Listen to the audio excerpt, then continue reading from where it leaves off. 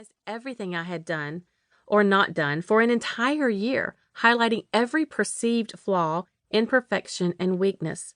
And in the wake of his unfair critique, I was left feeling as if I had no value whatsoever. All the insecurities and negative thoughts I'd ever battled abruptly resurfaced in the wake of his harsh, unkind judgment. Soon after that devastating evaluation, I resigned from my position. While I knew God had been calling me to a new plan and purpose for my life, and my faith allowed me to believe I could trust in His ways, the impact of the supervisor's wounding words lingered. Specifically, his criticism of my work performance gave birth to misconceptions about my identity. Even though I acknowledged and accepted the areas in which I needed to improve, overall I felt rejected, worthless, and expendable, and began to entertain false beliefs that were attached to those feelings. Beliefs such as, I'm not worthy, I'm not smart, I'm not a good enough mom or wife or human being for that matter, I'll never succeed, I have no future, God doesn't care about me, I have no identity now that I'm unemployed. At first, I didn't recognize the ways this man's words had morphed inside me. I didn't notice that his opinions had mutated like cancerous cells into sweeping generalizations about my value that I had come to accept as true. But as I sank, suffering under the weight of my own hurt, outrage, resentment, and feelings of unworthiness, God began to show me the misconceptions that were bringing me down and burying my self-esteem, my attitude, and my happiness. Lies keep us bound. Life-robbing misconceptions are lies that keep us bound. They thwart us from becoming all that God has made us to be, and they keep us from living in the peace and happiness we were designed to enjoy. These misconceptions are often rooted in the tiniest sliver of truth: a childhood wound, a loss beyond our control, a rejection, a sin from the past. They spring up from the way we interpret that experience, not the actual experience itself, and they can grow into full-blown lies about who we are and who God is. For example, a woman whose teenage son is using drugs might believe, this is all my fault, I'm a terrible mother.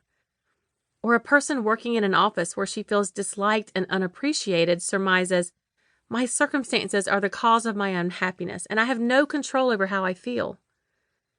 A woman whose husband has cheated on her deduces, I'm just not enough as a woman or a wife, and I never will be. A woman who loses her father and mother in a span of 6 months might conclude, God must be punishing me and trying to teach me something.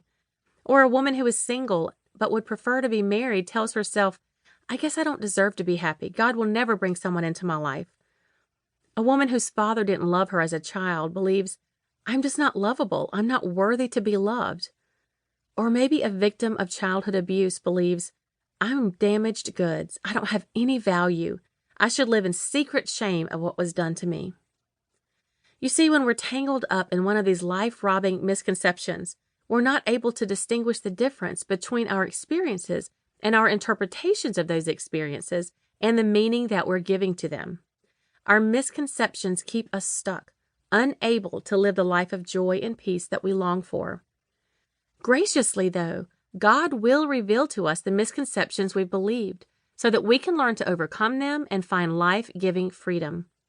As I made my faith a priority and began to focus on what God said about me instead of my supervisor's opinion, God's love and acceptance gave me the courage to push past my hurt, embrace who I was in Him, and believe He had a beautiful plan and purpose for my life.